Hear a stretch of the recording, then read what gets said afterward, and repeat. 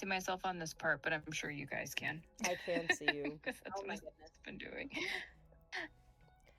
All right, it's good to see you both. So this is actually going to make our 7th episode, believe it or not. I can't believe Holy it's crap. been that long. And yeah, I'm really happy to talk to you both this post 4th of July Thursday, which is kind of delayed for our usual, but I did some fun things at the start of the week, which I'll talk about later. Anyway, so this episode is Alligator Alcatraz. And it's a heavy one, but it's necessary. It's what's going on. It's where we're at in the game of being anti-fascist, trying to stop tyranny.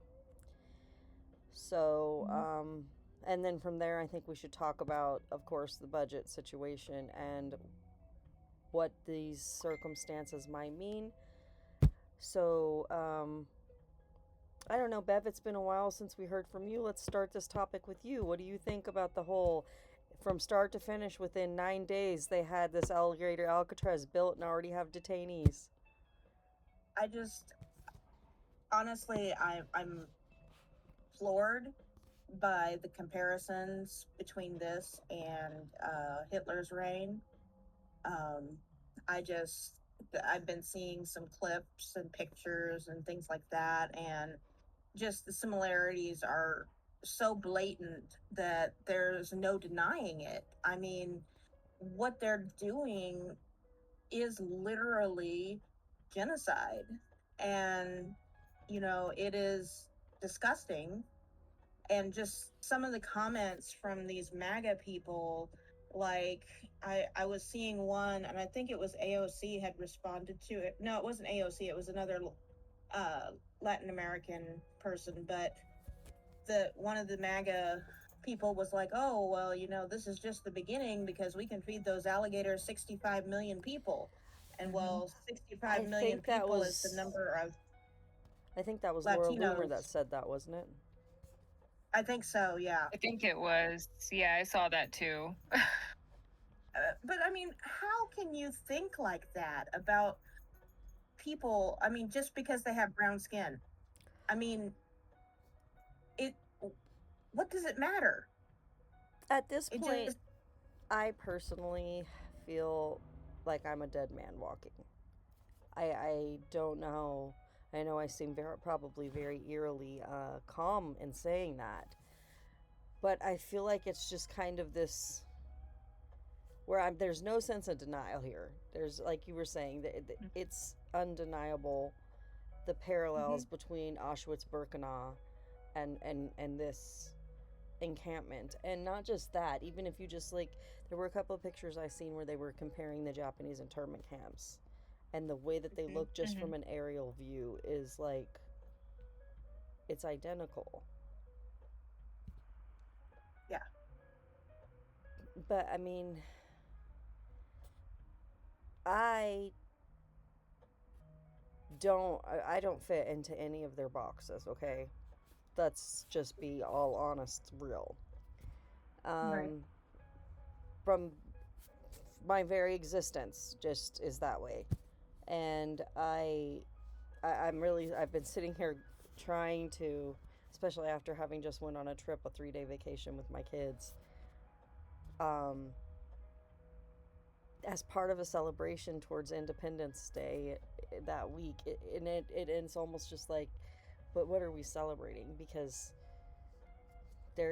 everything that they're doing is so anti-American that I don't even recognize this country as America. I don't know what this is. Right.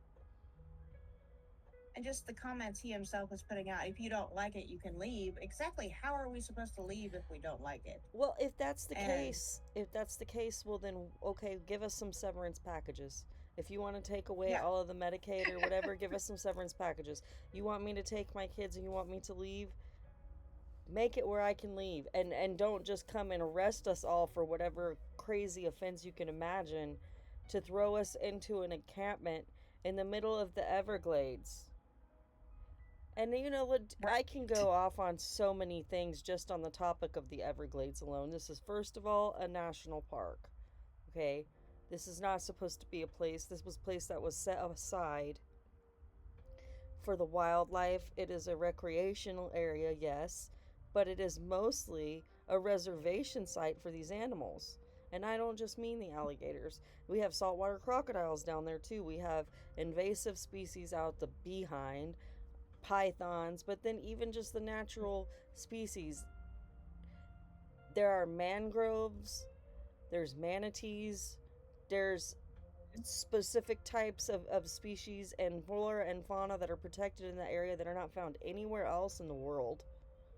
Right. And they just don't even care. Like, who cares about that? But then even further, if we go back all the way back to Andrew Jackson and the Trail of Tears, there were native tribes that ran away from the Trail of Tears to the bayou states, especially Florida, because they knew they were no man's lands, but they weren't afraid to trek it and to survive. And not only did these people not fear going into the wetlands where they knew there were monstrous beasts like this, they did it because they would rather face that than have to be ethnically cleansed from their land and see everybody that they were seeing already either pass away on the way of route of passage or get sick in the process.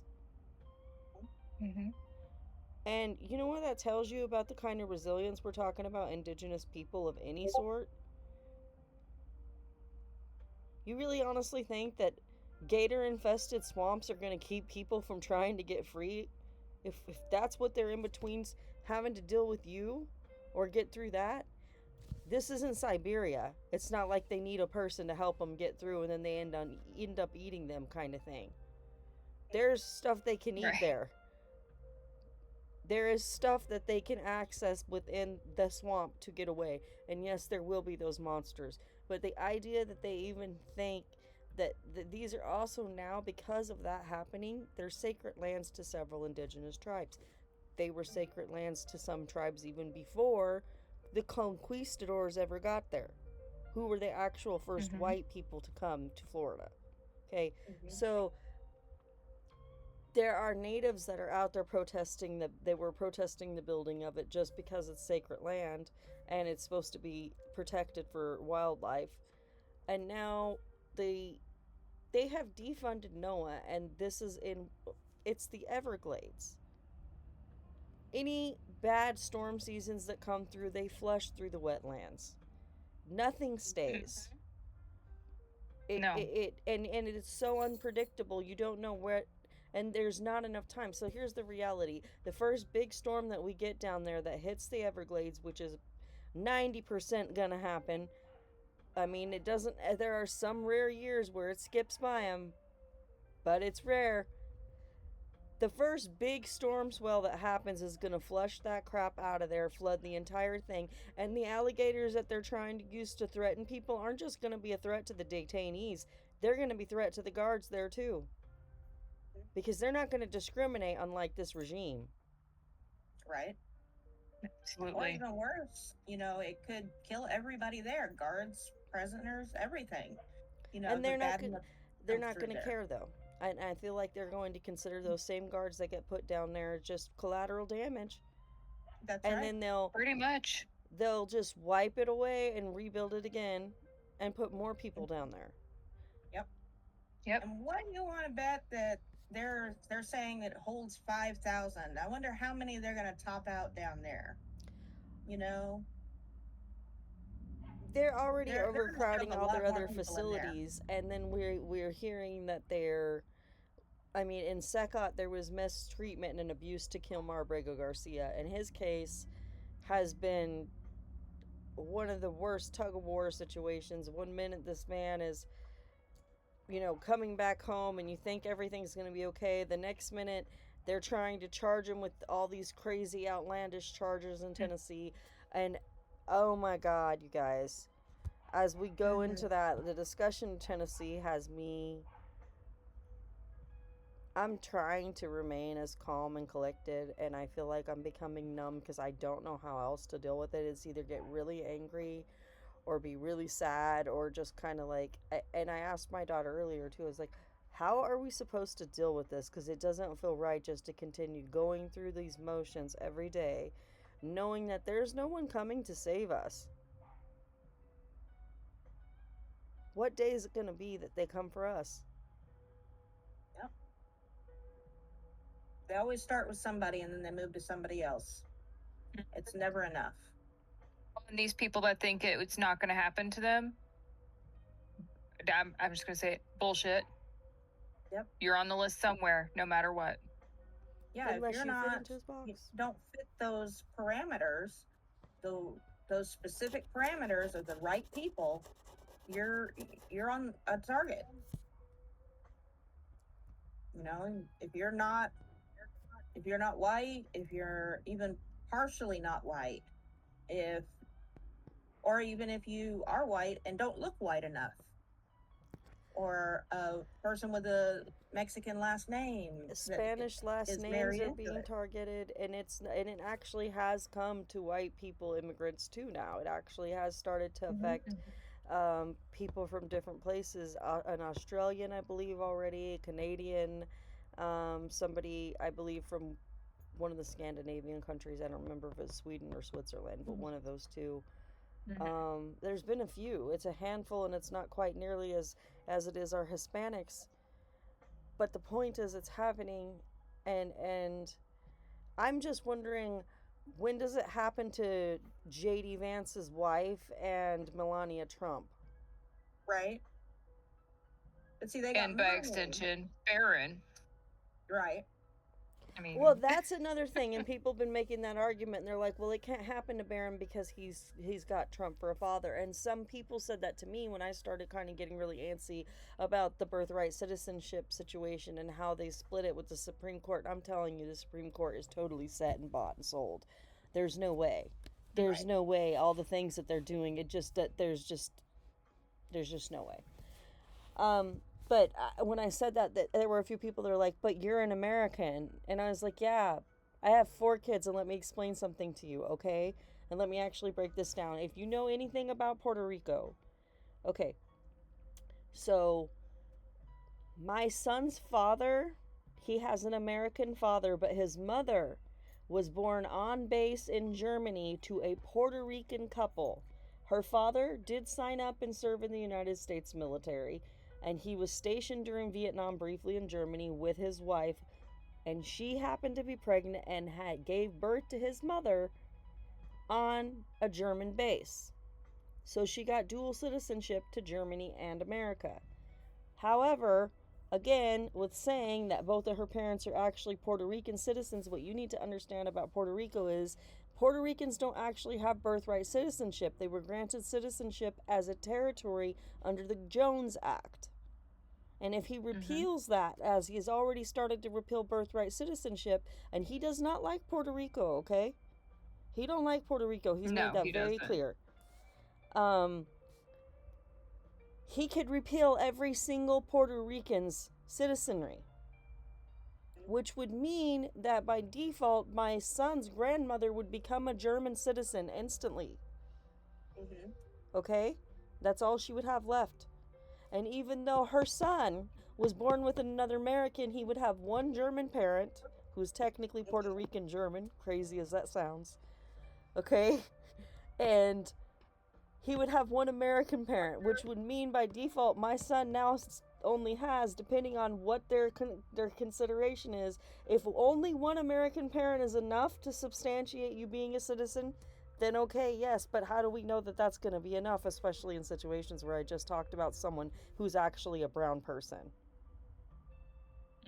You think that, I mean, in the worst case scenario, let's imagine this. He would try to, I really truly believe that this man would try to undo all of those different blocks to completely erase those citizenship clauses. And then that would, by default, make us people with no country. Yep. You're absolutely right. And it would apply to me too. Not because of the fact that I'm 27% Native American. He's already talked about the fact that he doesn't believe that they're American citizens because they have their own nations. He's already trying to undo it by their own treaty clauses to be able to substantiate their nations by saying, well, you can't be a citizen of America and also a nation member. Which actually you can. That was why the treaties were made that way. But he's trying to undo that because he doesn't want the brown people here. And he only wants the white people that are actually in with the supreme crowd, not those that actually are open-minded and accepting. So if you're a white person with a mixed family, you're out the door unless you're in his cabinet. That's the only reason why Vance and his wife are okay. It's the only reason why Melania is okay. Which is actually not uncommon with white supremacists. They've had their token people forever. This is something they do. So what I was going to say, though, that really has me like, a bunch of new laws went into effect in different states on July 1st, as they usually do, right? And even though I am in Oregon, I have 2 sons that live in Tennessee. They're both adults. I've explained a little bit about my sons with DMD to you guys before.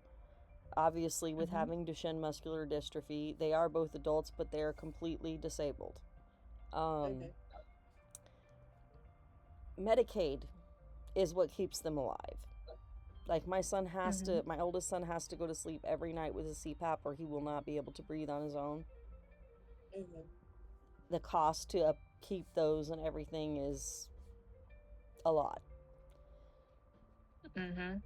So, okay. Tennessee enacted 3 new laws that have me very worried. The first one is they're making it where any person that is found to be earning an income off of a rental unit of any type that is rented to an illegal, undocumented immigrant is going to be charged up to $3,000 a day. And then if they get caught doing it more than once, then they can be charged different degrees of criminal offenses and even be incarcerated for it. So that's going to make all these people that already have homes possibly lose their homes. I don't want to go into details about how that could affect my kids, but just know it could affect them. Okay? It's a big deal. The second one is also, this is a huge deal because my sons have to go to a specialist every couple of weeks, again, to stay alive. They have to travel like an hour to the specialist. This is not uncommon with many disabled families, okay? Because specialist doctors are usually only in specific hospitals throughout any state. All right. So they have a special van that they got with funding and everything it's a wheelchair accessible van because they're both fully wheelchair bound. If anyone is found in the transport along with any kind of illegal or undocumented immigrant of any sort, they can be charged with felonious trafficking.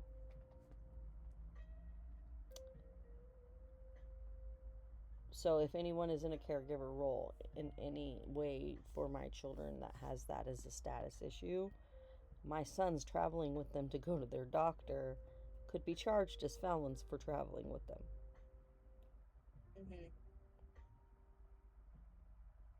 Okay. The third one is they changed their classification for driver situation from misdemeanors to criminal offense felonies. It used to be you get so many, you get in trouble, you lose your license, different kinds of revocations, but you didn't go to jail, okay? Now, if you get caught without a driver's license, depending on how many times, you get a class A, B, or C.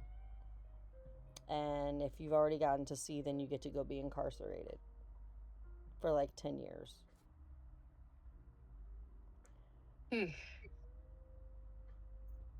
So, if anybody that I knew who couldn't get a driver's license had to be in a predicament where they relied on those people because they were the only able-bodied persons who could drive in the event of an emergency, they could be made a felon.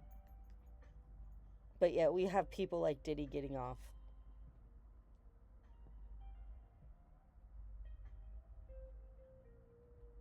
What is there to even say anymore, my fellow wordsmiths? Ugh. For the first time in my freaking life, I'm lost for words. I mean, I seriously. know, that's me too.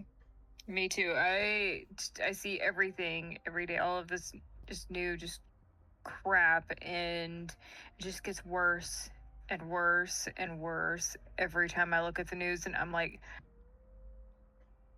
I used to be able to say something about this, and now I just don't know.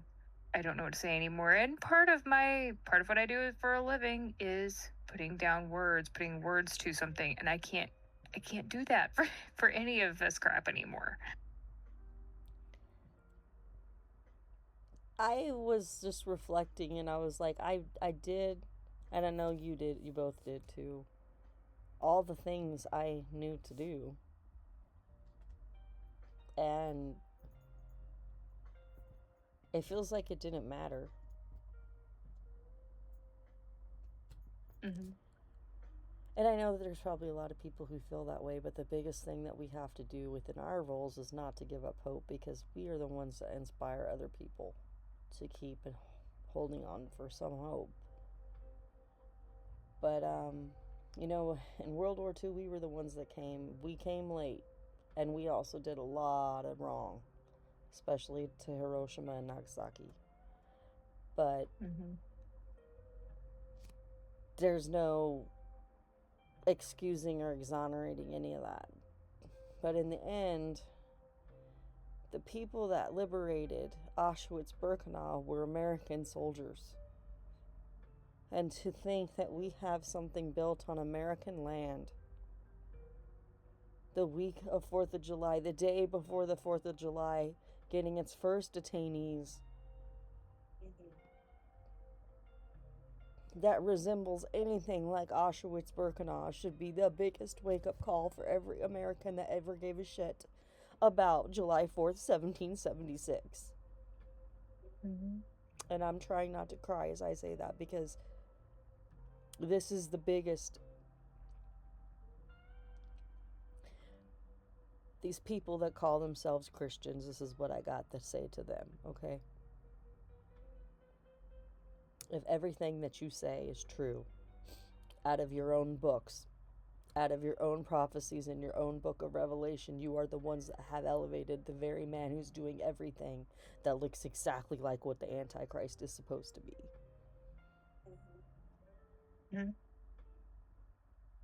And so I would implore you to start really thinking, if you actually believe that Jesus Christ came down to die for your sins, to allow you to celebrate doing to the littlest of his like this, and that you're actually saved, you need a rude awakening, because I'm going to tell you, you're exactly the ones that he's talking about, that he's going to say, "Depart from me, I know you not." Mm-hmm. Absolutely. And if you don't believe, that's fine. But you can tell them that same thing, because out of their own doctrine, all of the signs are pointing to this man. And there is no excuse for you to be going around trying to elevate and call out things in the name of a person called Jesus Christ while you are elevating those types of behaviors, because they are not the same. They are not the same. And that is the reason why there has been an apostasy. That is the reason why there are so many people that left the church. Some of them because they actually do know the spirit that is Jesus. And it's not that there isn't actually that essence within people. It's that it's very rare to find someone who's willing to go against the entire empire, to stand up at the risk of their own reputation and everything they have and everything they love, to die saying that something is wrong. And you don't get to wear a cross and call yourself that, and then think that it's okay to be singing YMCA and celebrating the fact that you want to feed alligators human beings. And it's not even a question, it's not an accusation, it's not a generalization, it's not me making some crap up about you because it's a political cartoon and I'm making fun of you. No, this is stuff that they are literally posting on their own social media out of their own Mm-hmm. typing, out of their own mouths, with their chests fully inflated like they're proud of it, and it makes them patriotic. No, it makes you hateful and sadistic. Mm-hmm. Very much so. I mean, my great grandfather fought in World War II against the fucking Nazis, and this is where we're at now. He's rolling in his grave as we speak. Mine too. And I got told just a few days before I went on my vacation by my mother that I should not shame my sister for her vote, and I got so angry. And I'm going to say this for every single MAGA that has not opened up to waking up to seeing what's going on after what just happened with this budget spending bill that was a complete shaft right up your behind, out your mouth. Mm-hmm. You've been impaled, my friends. If you still haven't come to realize that yet, you still ain't felt that yet, you better get repentant real fast, because we're going to remember. He is going to eventually no longer exist, because none of us live forever. And the day that he takes his last breath, many are going to celebrate just like y'all did in the streets over the erection of something like Alligator Auschwitz. And you're going to be angry about that, but you're going to be the ones that get to live in shame forever, because no, I'm not going to be told that I shouldn't shame you when you decided to vote for this. And you know what someone else said? I seen a posting, I think it was on Threads. Let's stop saying Trump did this and Trump did that. Trump supporters, you did this. You don't get to hide behind him and your belief in him anymore. If you're still unrepentant about it, if you still think it's okay, if you're still celebrating it, you are a cretin, and you are exactly the same as the people that when I went to Astoria and went to the Heritage Museum, I walked in and they had a racism exhibit. And they had a Ku Klux Klan robe and hood on display there, which I flipped off promptly, of course. And they said, how many, on the plaque it said, how many robes or memorabilia from the KKK does one museum need? And they talked about how should they present this. And I straight up said the way that you have. You've told all the truth about it. And they said, we received this by an anonymous donor, which only proves how humiliating and embarrassing even owning something like this is. Hopefully we can show so that people know. And I hope you know, 30 years from now, it's going to be the MAGA merchandise that does that, baby. Oh, yeah. Absolutely. Absolutely.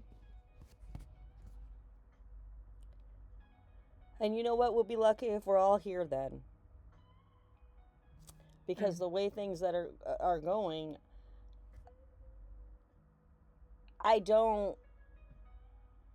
my cognitive dissonance really has been dealing a lot with. I can't understand how I was raised the way that I am, to believe in human rights like I am, to have family that have still been duped by this, and having to come to terms with the fact that no matter what happens, some of them are just not going to come out of it, and they're just going to have to live with that shame forever. So yeah, you got a very limited time to start coming out of this. Nobody else is coming to save us. And if the founders are correct, we have to overthrow this ourselves. Yep. Where do we get started on that? I have no clue.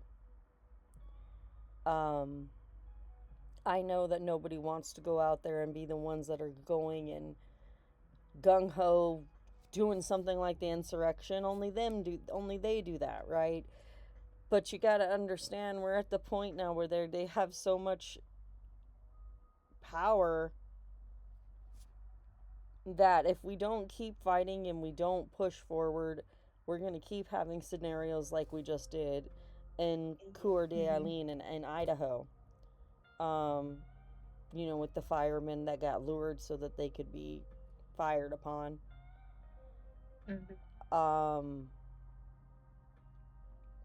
Which, by the way, Coeur d'Alene was where Teresa Borenpool, the woman back in February, got taken out of the town hall where she was trying to ask questions about things. Right. I don't know, y'all. Going into our second half of the segment here, though, we're going to do our regular segments as much as we can. And I don't really have many protest tips, but Creative Pot, I did a lot of things in the last 3 days that I thought were pretty cool and definitely helped me in inspiring a little bit. Like, we went to Fort Clatsop and we seen Sacagawea's dress. There was one that was in the museum there, and also we got to go to the actual fort itself, which is still standing. There's tons of content that I've made about it, but we got to go into the room that she stayed in, walk through it, and see there was another dress of hers hung on the wall there. And so that was really cool. It was really nice walking through the forest there and just breathing the fresh air, the coastal mountain breeze, and really realizing the beauty that is America itself, which is the people and the land. It's not this horrible regime. It's not our government and the politics. It's not any of that. Being able to go and see these different places where really important historical figures walked and stayed and lived and breathed the same air, standing at the base of the trunk of trees that you know that they stood at. That's the kind of stuff that makes life worth living. And even in moments like this, in the most hopeless moments, that's what reminds you that lots of people have been here before and seen some really hopeless, terrible things. And the resilience of the land and the people is about the spirit that they continue to hold on to. This is supposed to be home of the free and the brave. Well, we might not be so free anymore, but we damn sure still are brave. Mm-hmm. They can't ever take that away from us. They can try to strip us of everything else, but they cannot take away our voices or the power of independent thought and the ability to use independent thought and our voices to influence others to think for themselves, which are the biggest messages. Because life is finite. At the end of the day, fascism will always try to rear its head up somewhere, and there will always be a generation that has to be willing to fight it. This isn't something that we don't already know, Kindra, because we were raised with grandparents that fought it. We were told that before. It's not the first time either of us have heard that. No, not at all. My great grandfather said things like that all the time. And that's what we're here for. And you know, it's not so much a want to have to be that. I mean, if I could live the entire life without having to ever deal with this, I would have been that's what my grandfather fought and bled for, was so that it wouldn't have to happen here. It was never supposed to come here. That's why they went over there. They shipped out to protect what was behind them because they loved what was behind them, just like what I was just saying. All of that history, that land, all of those things, everything that was ever fought for in order to try to make the American experiment what it became. And here we are 250 years, basically. And that's about how long people thought it would take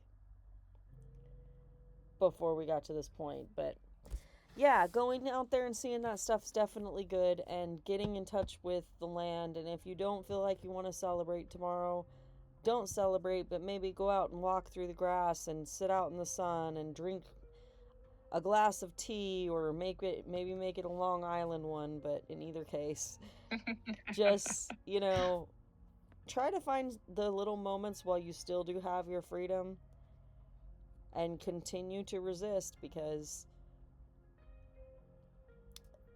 at the end of the day, life is finite, and if we don't live it every day to the best that we got, then we're already giving up before we've even given ourselves a chance. And that's what they want us to do. Just lay down and take it. Because if you just lay down and take it, then nobody's resisting and there's nothing for them to fight. Because honestly, at the end of the day, oligarchs and fascists are lazy fucks. Mm-hmm. They don't want to do anything. They want us to do everything. Roll over. No, yeah. They have their followers to do the legwork. Absolutely. Yeah. And the less resistance they have to deal with, the easier it makes them their lazy luxury life. Like, if he could stay in Mar-a-Lago every single day and have to do next to nothing except for golf, trust me, he would be doing that. Oh, I'm sure. 1,000%. Anyway, okay, so Bev, do you got anything for us on the mental health minute? Yeah, actually, I was going back and forth between what I was going to talk about, and I think it's extremely pertinent right now, with tomorrow being the 4th, talking about grief and how a lot of people might be grieving the loss of the country that they love. And I think that for a lot of us, we're feeling some kind of way and we don't know how to put a word on it. And honestly, that word is probably grief. And you don't even realize you're feeling it because you don't think of grief as being associated with a situation like this. But it's a sense of loss. We're losing connection. We're losing that sensation of being a part of something bigger than ourselves. We're losing, it's just as impactful as the death of a person, because it's almost like the death of our own lives in a certain way. Like all of our expectations have been crushed. All of our beliefs are being challenged. All of our hard-earned, hard-fought freedoms are being stripped away. So yeah, we grieve. The stages of grief are real, and I think a lot of people are still stuck in that first stage of just being in denial. This can't be happening. This isn't going to happen. There's no way this will happen. And that's this whole big, beautiful bill crap. Everybody was like, there's no way it's going to pass. There's no. It's just like, and they did the same thing whenever Trump went for office. There's no way he'll win. And then, he'll be fine. There's no way he'll do all this stuff. And, that denial is a bad place to be stuck in.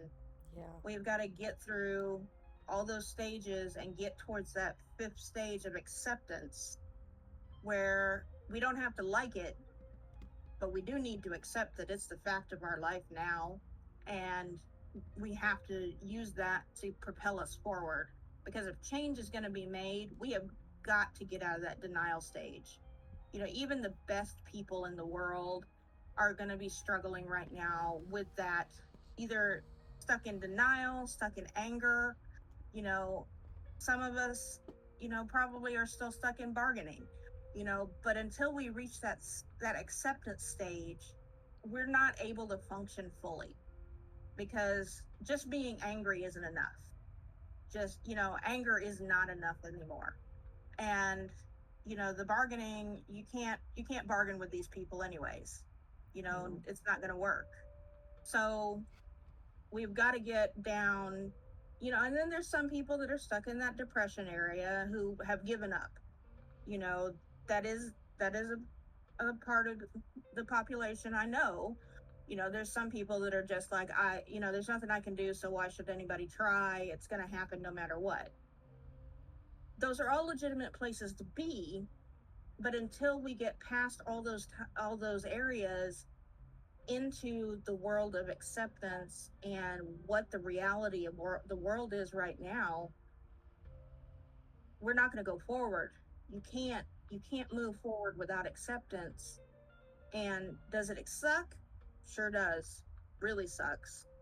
And but it is what it is, and fighting that reality is not going to change that reality. We have to accept that is what our reality is now, and then go and say, okay, how am I going to change this reality? This is what it is. It needs to change. How am I going to enact change?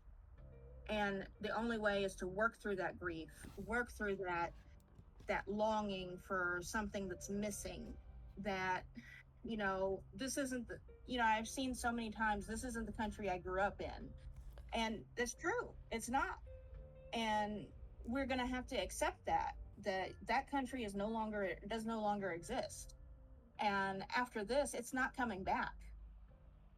It's gone. And even after this, the world is going to be completely different. So this longing for, oh, well, we can fix things, we can get it back to the way it was, that's not going to happen. Not at all.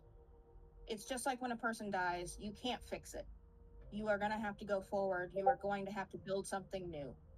So, getting through that grief, I really recommend people look into some articles and things on dealing with grief. Because even if you don't feel like, even if you hesitate to name the emotion you're feeling as grief, it still could be grief when you start really doing some introspection, because it is just rampant right now. And, there's 5 stages, and I see people stuck in all 5 of them. There's a few that are in the 5th stage and have accepted reality and are trying to make change. But the other 4, people are just getting mired down in them and stuck and not moving forward. And until people can get to that degree of acceptance, it's okay if you're stuck, though. That's the important thing. But it's also your job to get unstuck. So I think that's really important, and I think I have something to share that kind of relates to that, because I just went on this trip and we went up the Astoria column, which is a 125-foot column in Astoria, Oregon. It's got 160 feet, 64 steps up. It's a spiral staircase up and down. The only way is these stairs. So my youngest son has a fear of heights, okay? And we were going on this thing. And he went in and everything, and he started going. And when we got to the second landing, which is probably about a quarter of the way up, he started to get freaked out. And he's like, I can't go anymore. And I said, okay, sit down for a minute and put your back against the walls, because he was kind of like acting like he was like hyperventilating, and I wanted him to cool down. And I was like, okay, we paid to do this. Take your breath, hold on. And I gave him a pep talk, and he's all, well, I'm scared, I really don't know. And I was like, well, let me tell you something. It's not that I'm not scared going up this. So I'm doing it because this is something I want to see, and I want to be able to say that I did it and I faced my fears. And I said, you know what, being brave is not being afraid. It's facing your fear and, pushing through it, even though it's hard. And in so many ways, with everything that's happening, that moment, we could have just stayed paralyzed there, stuck in the middle, the quarter of the way up that column, with no way to get past because we were so anxious or scared. But he talked to me, and I helped him and empowered him through it, and we pep talked, and then we went all the way up. And then when we got to the top, he was still scared. He was like, I really don't like being up here. But we still got to the top, looked over, we seen the bay and everything. And then we went back down. And then when we came back down the stairs after we were back in the car, he's all, I don't feel so scared anymore. I don't feel the same way about it like I did before. And I said, that's called a breakthrough, son. And sometimes the only way you actually get to see what you're made out of is by pushing through the wall. I actually at work, you made me think of something that I've actually told a couple of people at work recently, and that's be scared. You can be scared. Do it anyways. Yep. That was the lesson here. So.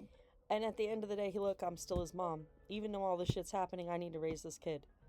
Because he deserves the opportunity to experience things for as long as it's there. And so does everybody else's.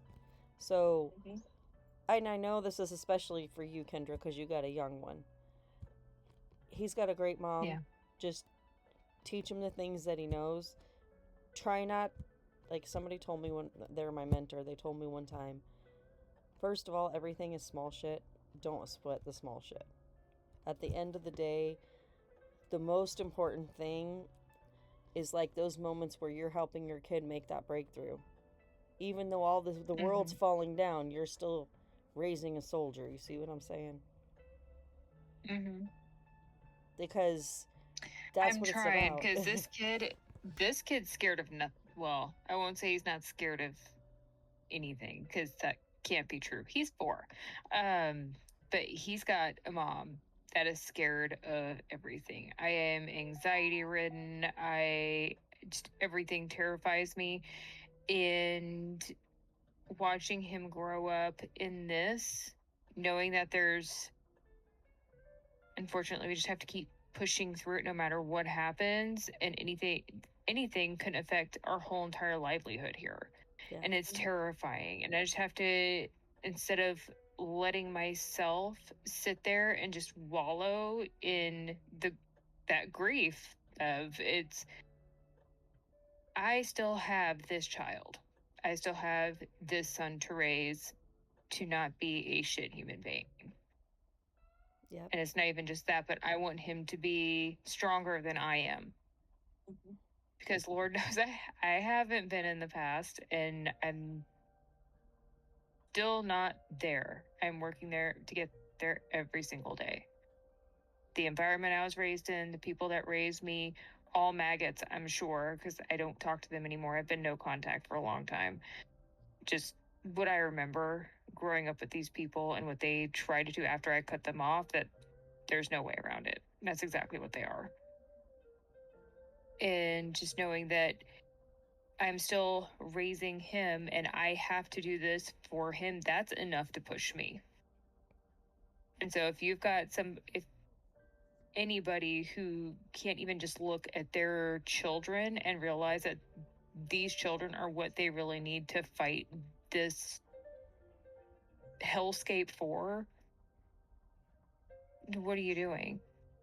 Yep.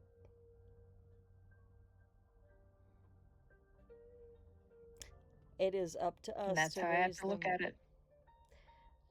And it is up to us to teach them the truth about everything, that to the best of our ability, because none of us know everything and it's impossible to know everything, but to the best of our ability, everything that we know we need to teach them, and we have got to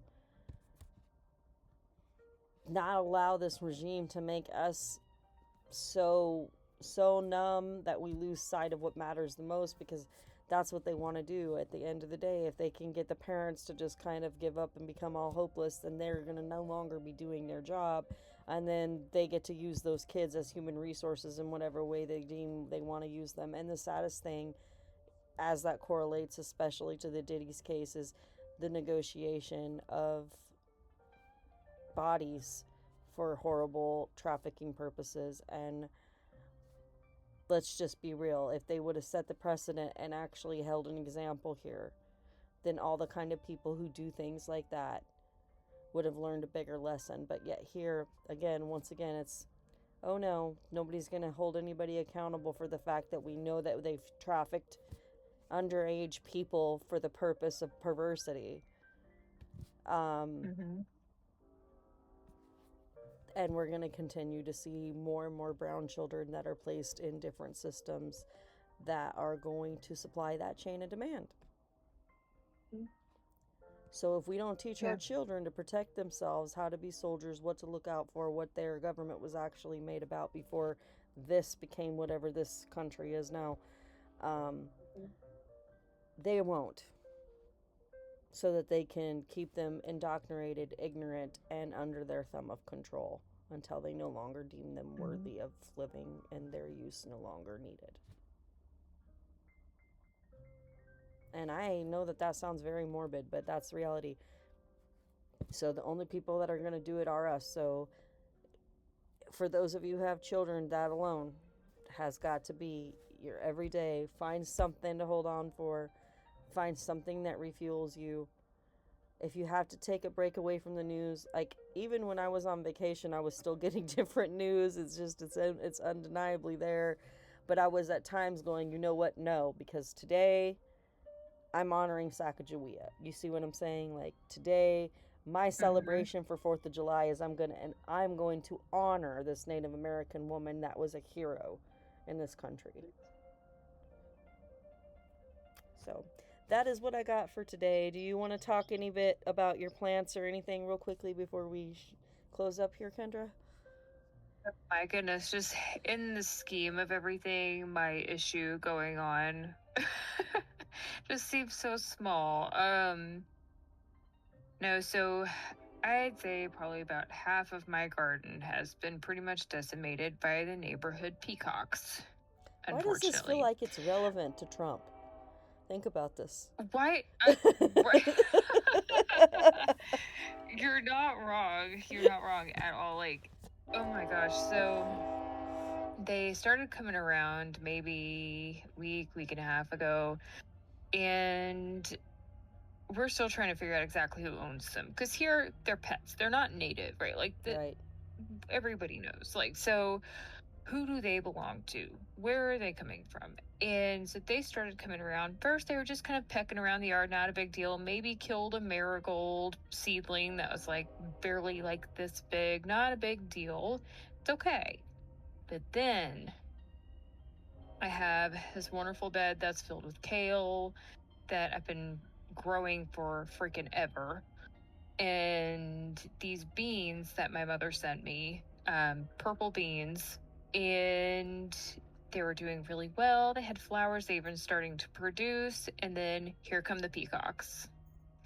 And the peacocks decided that they were going to not only walk in the bed, they were going to scratch in the bed, uproot all of the soil and all of the plants in there, and then decided to try to make a nest in it and completely obliterated everything in there.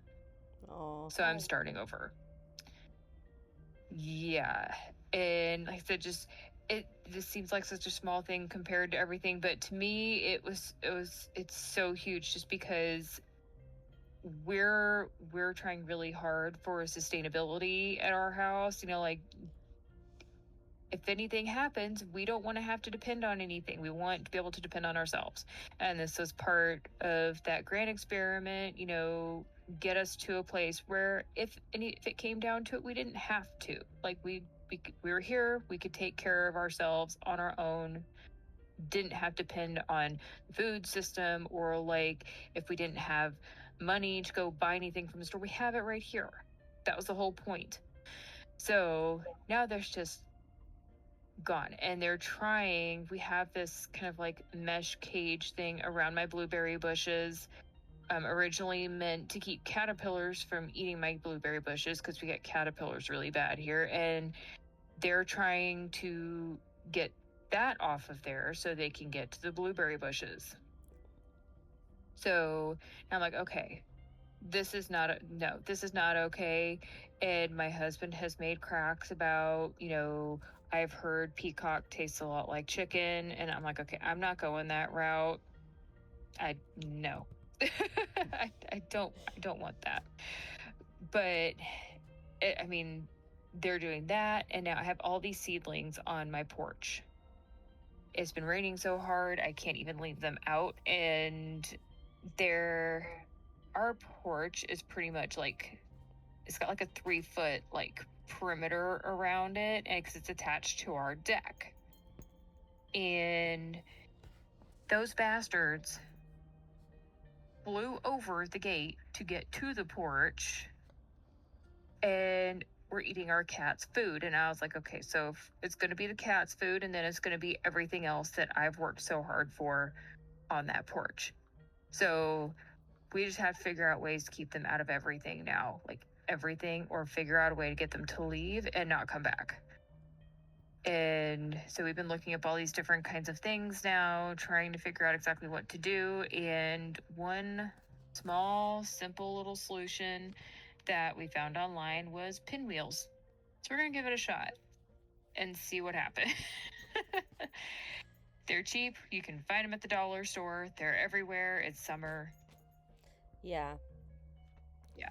Well, I hope that they work, and I'm sorry that they came in there. I mean, worst case scenario, if it was a fallout time around, I'm sorry, neighbor, your peacocks came in here at the wrong time and we're hungry. Absolutely. Sorry, they're currently in my freezer. We already Yeah. ate them. I don't know what to tell you. But I don't want to have to, but it might come down to it. Who knows? I mean, in all sincerity, that's the way it is. Like if it were the old days and that was your homestead and some random birds came in and killed your garden, you were probably eating them for dinner. Because you were eating something for dinner. You know what I mean? Like, yeah. That's the reality. And come on, people, seriously, watch your fowl. I know. I mean, I'm cool with the chickens. The chickens don't hurt anything. Like, whenever their chickens get free, it's fine. They're not bothering anybody. They're just clucking around the yard eating whatever they find. But the peacocks, man, they get into everything and they have those big talons. They scratch everything, they damage everything. And I am so over it. All right, well, that's all that I had for tonight. Is there anything else you guys want to close out on, or are you good?